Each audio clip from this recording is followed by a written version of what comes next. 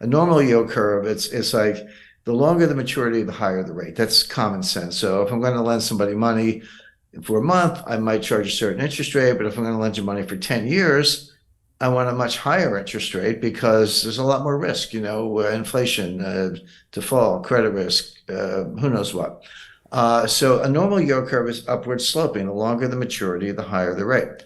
Okay, right now, yield curves are inverted, which means they're downward sloping, which means the longer the maturity, the lower the rate. Why would you take a lower rate on a 10-year treasury note than you would on an overnight loan, that's where we are today, by the way. The overnight rate is over 5, and the 10-year rate's 3.6, give or take. Well, why would you take a lower rate for a longer term loan? It makes no sense. Well, it makes no sense unless you think the bottom is falling out of the economy. Because if I buy a 10-year note with a 3.7% yield to maturity, which I could do today, that seems low compared to the 5% for the overnight rate, but that might look really good a year from now. If interest rates are 1%, if the 10-year note is 1%, that 3.7% rate is going to look really sweet. It's like, hey, I got to getting a very high return. So in other words, this is the big money. This is the institutional money. This is people who know more than central bankers in many cases, betting that interest rates are going to come down a lot. Because if they weren't, that inverted yield curve would make no sense. And so they're betting that the economy is going into a severe recession. Interest rates are going to drop, and those 3.7% yields are going to look really good. Now, just to get a little more arcane, there's something called the SOFR futures curve. SOFR is the new LIBOR. There were problems with LIBOR, but these are long-term bets on overnight rates. Treasury is a snapshot of what I think the 10-year rate is going to be, but the SOFR is the opposite. They trade in strips, quarterly settlements that go out 3 or 4 years, 5 years, but the longer ones aren't that liquid. But basically, I can make a bet as to what I think the overnight rate is going to be 1 year from today. That yield curve is also steeply inverted. And again, this is the real, who trades SOFR futures? Well, the institutions and central banks and the big money, in other words. And it's in the data. It's not a guess. You can look at it. It's publicly available. And it says rates are going to drop steeply in the months and year ahead. You've also just recorded this video that will not be available to the public. You're going to talk about this upcoming geopolitical shockwave of what you call the most significant development in international finance since 1971. But then you also explain how anyone can position themselves to profit on this crisis. People can access that at londonreal.tv/Jim. Again, highly recommend people check that out when we're done. So again, these are, when you have an inverted SOFR yield curve, an inverted treasury yield curve, it's basically the big money betting the rates are going to drop like a stone. Well, why would that be? Well, there are only two reasons. One, a severe recession and a steep drop in inflation. And those two things do go together. One more example, again, I don't want to get too in the weeds, but there's something, the Fed has an overnight reverse repo facility. And what does that mean? So the Fed says, hey, send me give me your cash and I'll give you a treasury bill as collateral, and then we'll unwind it at some point in the future. It's called a reverse repo.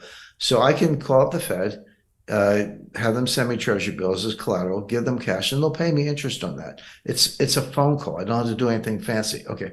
But the Treasury also sells treasury bills at auction, and I can bid on them, and people do. And the yield to maturity on those is lower than the Fed will give you for a phone call. So why would you bid an auction, take the market risk and get a yield that's lower than the one you can get for a phone call? Well, the answer is that the treasury bill that they send me when I do the treasury facility, I cannot rehypothecate it, meaning I have to hold it, give it back to the Fed when they want it, but I can't give it to you or anybody else.